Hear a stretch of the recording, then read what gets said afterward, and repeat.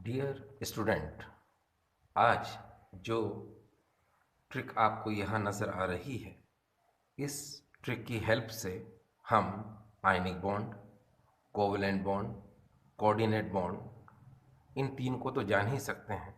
साथ ही साथ उनके जो करैक्टरिस्टिक्स होते हैं उनको भी इजीली पता लगा सकते हैं। तो ये जो ट्रिक है ये बहुत ज़्यादा इम्पोर्टेंट ट्रिक है हम सभी लोगों के लिए। और दूसरी बात, ये ट्रिक जब आपको याद हो जाती है तो आपको कितनी इजी तरीके से सारे के सारे कैरेक्टरिस्टिक्स पता चल जाएंगे। अ, आप थोड़ा सा विश्वास करें। देखिए, इस ट्रिक की शुरुआत करते हैं हम लोग। एक कोट शर्ट्स वाटर में सनन धुले ND3 GCBC plus minus dash arrow अबे आ no yes yes MPBP maxi mini बीच में है। मैक्सी मिनी बीच में है। एक बार फिर से, एक कोट शर्ट्स वाटर में सनन धुले ND3 GCBC plus minus dash arrow अबे आ no yes yes MPBP maxi mini बीच में है। देखिए, इसको एडजस्ट कर लेते हैं। इक इक मीन्स, ये देखिए, इक इक इक कोट कोट शर्ट्स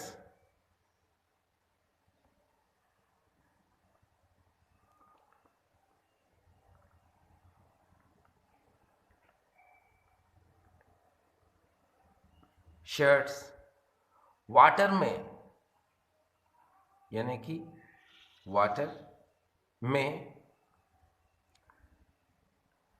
हम लिखना चाहें तो लिखें, नहीं तो नहीं लिखें, एक ही बात है। वाटर में सनन, तो यहाँ देखिए सनन, सनन सनन, ये देखिए ये हो गया सनन। धुले, ठीक है, ये धुले को नहीं लिखेंगे हम। इसके जस्ट बाद ND3 हम लिखेंगे यहाँ पर ND3। तो जब आप ND3 लिखो तो ND3 D3 है यहाँ पर, तो D को हम ऐसे लिख लेंगे 3 बार। ये देखिए हमने 3 टाइम्स इसको लिख लिया है ना, ठीक है। इसके जस्ट बाद हम लिखेंगे यहाँ पर GC, फिर आ जाएगा यहाँ पर BC, बिल्कुल सेम चलने दो, प्लस माइनस डैश एरो अबे आ। अब इसको ऐसे लिख सकते हैं हम, अबे आ, अबे आ। फिर इसके जस्ट बाद नो यस यस, फिर आएगा MPBP,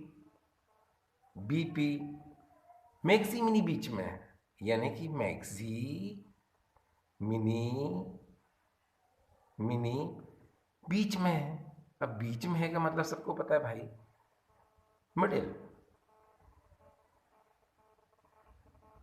मिडिल में, ठीक। अब इसको सेट कैसे करते हैं, देखिए हमारी शुरुआत होगी। अब इस ट्रिक में हम इसकी जो हेल्प लेते हैं, ये देखिए, ये है आयनिक बॉन्ड, ये है कोवलेंट बॉन्ड और ये है कोऑर्डिनेट बॉन्ड। देखिए, आयनिक बॉन्ड में इलेक्ट्रॉनों का ट्रांसफॉर्मेशन होता है, कोवलेंट बॉन्ड में इलेक्ट्रॉनों की शेयरिंग होती है, कोऑर्डिनेट बॉन्ड में इलेक्ट्रॉनों की ट्रांसफॉर्मेशन एंड शेयरिंग ये दोनों होते हैं, ठीक। एक बार फिर से, ionic bond, covalent bond, coordinate bond. Ionic bond में इलेक्ट्रॉनों का ट्रांसफॉर्मेशन होता है, T मीन्स ट्रांसफॉर्मेशन होता है। C यानी कोवलेंट बॉन्ड, कोवलेंट बॉन्ड में इलेक्ट्रॉनों की शेयरिंग होती है। T फॉर ट्रांसफॉर्मेशन होता है, ठीक है। तो आयनिक बॉन्ड में इलेक्ट्रॉनों का ट्रांसफॉर्मेशन होता है, कोवलेंट बॉन्ड में इलेक्ट्रॉनों की शेयरिंग होती है, और ये CO मीन्स कोऑर्डिनेट बॉन्ड। तो कोऑर्डिनेट बॉन्ड में इलेक्ट्रॉनों का ट्रांसफॉर्मेशन एंड शेयरिंग ये दोनों होते हैं। अब जो आयनिक कंपाउंड होते हैं ये वाटर में सोल्यूबल होते हैं, एस मीन्स सोल्यूबल। और जो कोवलेंट कंपाउंड होते हैं वाटर में अनसोल्यूबल होते हैं। जो कोऑर्डिनेट कंपाउंड होते हैं वो भी वाटर में अनसोल्यूबल होते हैं। आयनिक कंपाउंड जो होते हैं वो नॉन डायरेक्शनल होते हैं। ND means non directional. Covalent compound जो होते हैं वो डायरेक्शनल होते हैं और जो कोऑर्डिनेट कंपाउंड होते हैं वो भी डायरेक्शनल कैरेक्टर शो करते हैं। अब मैंने आपको पिछले वीडियो में बताया था नॉन डायरेक्शनल मीन्स ये हाइब्रिडाइजेशन शो नहीं करते हैं। कोवलेंट कंपाउंड डायरेक्शनल कैरेक्टर के होते हैं और कोऑर्डिनेशन कंपाउंड भी डायरेक्शनल कैरेक्टर के होते हैं, इसलिए इनके हाइब्रिडाइजेशन डिटरमाइन होते हैं। इनकी डेफिनेट ज्योमेट्री होती है, एंगल होता है और शेप होता है। ठीक। अब जो आयनिक कंपाउंड होते हैं वो गुड कंडक्टर होते हैं और कोवलेंट कंपाउंड और कोऑर्डिनेट कंपाउंड दोनों ही ये बैड कंडक्टर होते हैं। आयनिक कंपाउंड यानी कि आयनिक बॉन्ड में हम प्लस माइनस का यूज करते हैं। कोवलेंट बॉन्ड में हम डैश का यूज करते हैं और कोऑर्डिनेट कंपाउंड यानी कोऑर्डिनेट बॉन्ड में हम इस एरो का यूज करते हैं। आप लोग बहुत अच्छे से जानते हैं कि वाटर जो है मोर पोलर होता है, उसका डाइलेक्ट्रिक कांस्टेंट की वैल्यू बहुत ज़्यादा होती है, उसमें तोड़ने और काटने की जो क्षमता होती है यानी कैपेसिटी होती है वो बहुत ज़्यादा होती है। और यही वजह है क्या कि जब किसी नदी में या फिर समुद्र में जब वाटर जो होता है एक प्रेशर के साथ या एक फ्लो के साथ जब मूव करता है यानी बहता है, तो जो पत्थर और जो चट्टानें होती हैं उनको काटता हुआ आगे मूव करता है। और यही वजह है कि वहाँ से सैंड यानी कि रेत हम लोगों को आसपास दिखाई देती है। तो ये, और आजकल आपने देखा भी होगा कि आजकल जो न्यू जो मशीन आ चुकी हैं वो वाटर पर बेस्ड है यानी वाटर के प्रेशर पर बेस्ड है, जो किसी भी जैसे मार्बल या किसी भी स्टोन को काटने और उसमें जो है होल करने के लिए कैपेबल होती हैं। ठीक। तो फिलहाल हम उसको छोड़ देते हैं। हम यहाँ पर ये बात ध्यान रखते हैं कि वाटर जो है मोर पोलर होता है, इसके डाइलेक्ट्रिक कांस्टेंट की वैल्यू बहुत ज़्यादा होती है, इसलिए आयनिक बॉन्ड तो ये सॉल्युबल होते हैं लेकिन कोवलेंट और कोऑर्डिनेट दोनों ही अनसोल्युबल होते हैं। ठीक। अब अबे आ का मतलब होता है alcohol, benzene, ether, acetone. Alcohol, benzene, ether, acetone, alcohol, benzene, ether, acetone, ये नॉन पोलर सॉल्वेंट होते हैं। तो इन नॉन पोलर सॉल्वेंट में जो आयनिक कंपाउंड होते हैं नो यानी कि वो सॉल्युबल नहीं होते हैं, और जो कोवलेंट कंपाउंड होते हैं और जो कोऑर्डिनेट कंपाउंड होते हैं वो दोनों ही इसमें सॉल्युबल होते हैं। ठीक। अब जो आयनिक कंपाउंड है उनका मेल्टिंग पॉइंट बॉइलिंग पॉइंट क्या होता है, मैक्सिमम यानी कि बहुत ज़्यादा होता है। ठीक। और जो कोवलेंट कंपाउंड होते हैं उनका मेल्टिंग पॉइंट बॉइलिंग पॉइंट जो होता है वो मिनिमम होता है, और जो कोऑर्डिनेट कंपाउंड जो होते हैं उनका मेल्टिंग पॉइंट बॉइलिंग पॉइंट जो होता है वो मिडिल में होता है। ठीक। एक बार फिर से हम इस मेथड को देखते हैं। आई यानी आयनिक बॉन्ड, सी यानी covalent bond, CO means coordinate bond. Ionic bond में इलेक्ट्रॉनों का ट्रांसफॉर्मेशन होता है, ये देखिए ट्रांसफॉर्मेशन होता है। कोवलेंट बॉन्ड में इलेक्ट्रॉनों की शेयरिंग होती है और कोऑर्डिनेट बॉन्ड में इलेक्ट्रॉनों का ट्रांसफॉर्मेशन एंड शेयरिंग दोनों होती है। आयनिक कंपाउंड जो होते हैं वो वाटर में सॉल्युबल होते हैं, कोवलेंट और कोऑर्डिनेट दोनों ही अनसॉल्युबल होते हैं। आयनिक जो कंपाउंड होते हैं वो नॉन डायरेक्शनल होते हैं, कोवलेंट और कोऑर्डिनेट जो होते हैं वो दोनों ही डायरेक्शनल कैरेक्टर के होते हैं। आयनिक कंपाउंड जो होते हैं वो गुड कंडक्टर होते हैं और कोवलेंट और कोऑर्डिनेट कंपाउंड जो होते हैं वो बैड कंडक्टर होते हैं। आयनिक बॉन्ड को हम प्लस माइनस से शो करते हैं, कोवलेंट को डैश से शो करते हैं और कोऑर्डिनेट को हम इस एरो से शो करते हैं। यहाँ अबे आ यानी नॉन पोलर सॉल्वेंट है। A means alcohol, benzene, ether, acetone. ये जो नॉन पोलर सॉल्वेंट हैं इसमें आयनिक कंपाउंड जो होते हैं नो, ये देखो मना कर दिया, नो यानी इसमें सॉल्युबल नहीं है। लेकिन कोवलेंट और coordinate in non polar solvent में क्या होते हैं, सॉल्युबल होते हैं। ठीक। आगे मेल्टिंग पॉइंट बॉइलिंग पॉइंट जो आयनिक कंपाउंड है, आयनिक कंपाउंड, इसका मेल्टिंग पॉइंट बॉइलिंग पॉइंट क्या होता है? मैक्सिमम होता है। कोवलेंट कंपाउंड का क्या होता है? मिनिमम होता है। मिनिमम मतलब कोऑर्डिनेट कंपाउंड और आयनिक कंपाउंड से भी कम होता है, ठीक है, यानी मिनिमम। और जो कोऑर्डिनेट कंपाउंड होते हैं उनका जो मेल्टिंग पॉइंट बॉइलिंग पॉइंट होता है वो मिडिल में होता है। मिडिल का मतलब आयनिक कंपाउंड और कोवलेंट कंपाउंड के जस्ट मिडिल में, यानी बीच में, ठीक। तो ये जो ट्रिक आपने देखी, इस ट्रिक में आपको, है ना, ये ionic bond, covalent bond, coordinate bond, इनका पता चला। इनके कैरेक्टरिस्टिक्स के लिए ये बहुत ज़्यादा जो है इम्पोर्टेंट ट्रिक है। हम नीट, जी, CBSE 11-12 के अगर स्टूडेंट हैं तो उसके लिए ट्रिक बहुत ज़्यादा इम्पोर्टेंट होती है, क्योंकि जब तक आपको ये पता नहीं होगा, आप आगे के जो चैप्टर्स हैं वो क्लियर आपसे नहीं होते हैं। इसलिए ये बहुत ज़्यादा जो है इम्पोर्टेंट ट्रिक है। अब हम थोड़ा थोड़ा सा जो है इन के बारे में जानते हैं। ये देखिए, यहाँ पर हम बात करेंगे आयनिक बॉन्ड।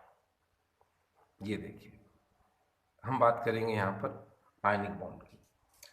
आयनिक बॉन्ड में इलेक्ट्रॉनों का ट्रांसफॉर्मेशन होता है, यानी कि आप देख सकते हैं यहाँ पर हम एग्जाम्पल समझेंगे।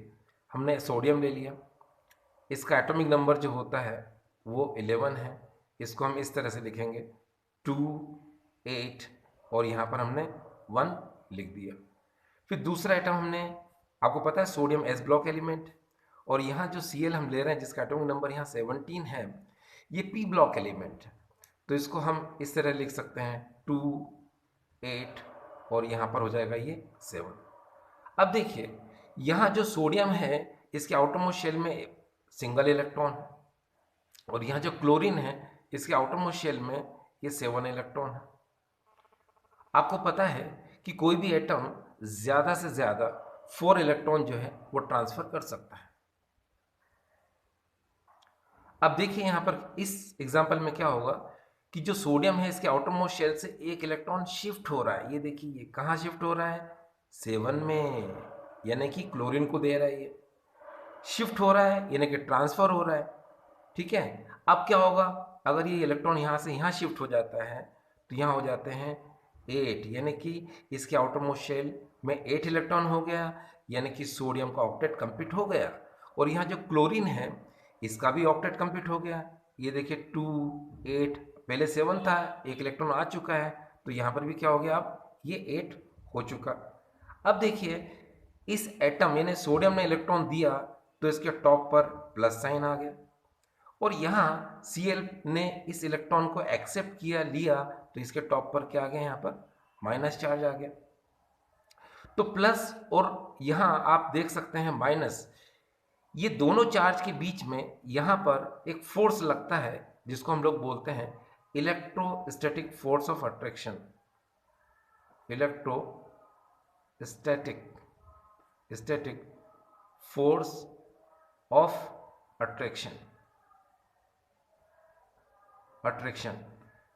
इसी को हम कहते हैं इलेक्ट्रोवेलेंट बॉन्ड, क्योंकि यहाँ प्लस माइनस दोनों है। और इसी को कहते हैं हम ionic bond, ionic bond, ionic bond. आपको पता है कि इस सोडियम पर प्लस साइन है, इसको हम कैटायन बोलते हैं, और Cl पर माइनस साइन है, इसको हम एनायन बोलते हैं। तो ये जो कैटायन एनायन है, ये वर्ड सबसे पहले यूज किए थे माइकल फेराडे ने, यानी किसी एटम पर अगर प्लस साइन है तो उसे कैटायन कहा जाएगा, और किसी एटम पर अगर नेगेटिव साइन है तो उसे एनायन कहा जाएगा, ठीक। तो ये जो आपने देखा, इसको हमने कहा ये आयनिक बॉन्ड है, ठीक। आपको पता होना चाहिए आयनिक बॉन्ड जो होता है वो एस और पी ब्लॉक एलिमेंट के बीच में मोस्टली बनता है, ठीक। अगर हम आगे चलें, अगर हम कोवलेंट बॉन्ड की बात करते हैं, ये देखिए यहाँ पर ये कोवलेंट बॉन्ड है। तो कोवलेंट बॉन्ड, अब देखिए यहाँ पर वर्ड कौन सा है, को मतलब दो लोग मिलेंगे, यानी कोवलेंट। जैसे आपने देखा कोएड स्कूल होते हैं, को एजुकेशन होती है, तो उसी तरह से कोवलेंट बॉन्ड, यानी कि इस टाइप के बॉन्ड को ये डैश से हम शो करते हैं। ये बात तो क्लियर। दूसरी बात, इस टाइप का जो बॉन्ड होता है कोवलेंट बॉन्ड, इसमें इलेक्ट्रॉनों की शेयरिंग होती है। इलेक्ट्रॉनों की शेयरिंग होती है यानी कि दोनों ही एटम सिमिलर इलेक्ट्रॉन की शेयरिंग करते हैं, यानी कि थोड़ा हम चलें थोड़ा तुम चलो और मिलकर सफर तय करें। तो वही जो स्टेटमेंट है यहाँ पर हमें नज़र आता है। जैसे अगर हम देखें Cl के आउटर मोस्ट शेल में 7 इलेक्ट्रॉन होते हैं। आपको पता है, थोड़ी देर ऊपर हमने इस एग्जाम्पल को देखा था।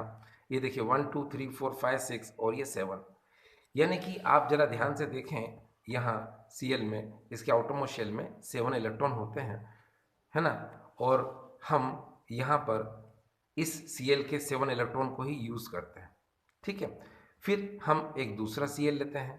यहाँ पर भी अगर आप ध्यान से देखें, ये मैंने 7 इलेक्ट्रॉन लिख दिए। अब मैंने आपसे कहा कि एक इलेक्ट्रॉन ये दे रहा है शेयरिंग के लिए, एक ये दे रहा है, तो इनके बीच में क्या हो गया, ये सिंगल बॉन्ड बन गया, ये सिंगल बॉन्ड।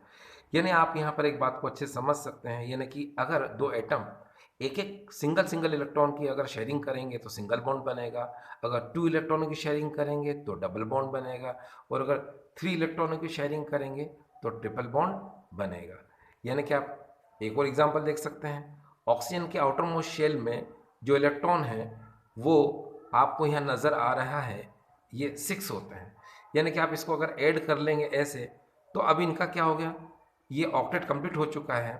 यानी कि इन O2 यानी कि इस दोनों ऑक्सीजन एटम के बीच में यानी 2 इलेक्ट्रॉनों की शेयरिंग हुई है, इसलिए यहाँ पर बनेगा ये डबल बॉन्ड। ये देख सकते हैं आप, ये डबल बॉन्ड बन गया, ठीक। अब हम एक एग्जांपल और लेते हैं इसी का।